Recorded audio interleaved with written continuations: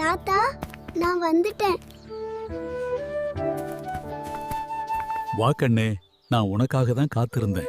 இந்த சிறிய விதை ஒரு பெரிய மரமாக மாறும். வாவ் தாத்தா, உண்மையா? அதை அன்பாக பார்த்து கொண்டால் அது வளர்ந்துடும். நான் நல்லா கவனிப்பேன் தாத்தா. நான் தினமும் தண்ணீர் ஊற்றுவேன். அதுதான் என் புத்திசாலி பேத்தி. தாத்தா, இது முளை விட்டுச்சு. அது உன் அன்பின் பலன் கண்ணே.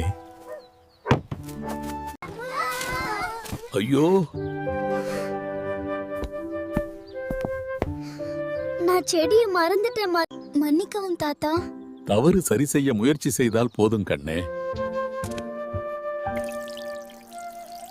இனிமேல் நான் கவனமா இருப்பேன் தாத்தா. இதுதான் சரியான மனசு.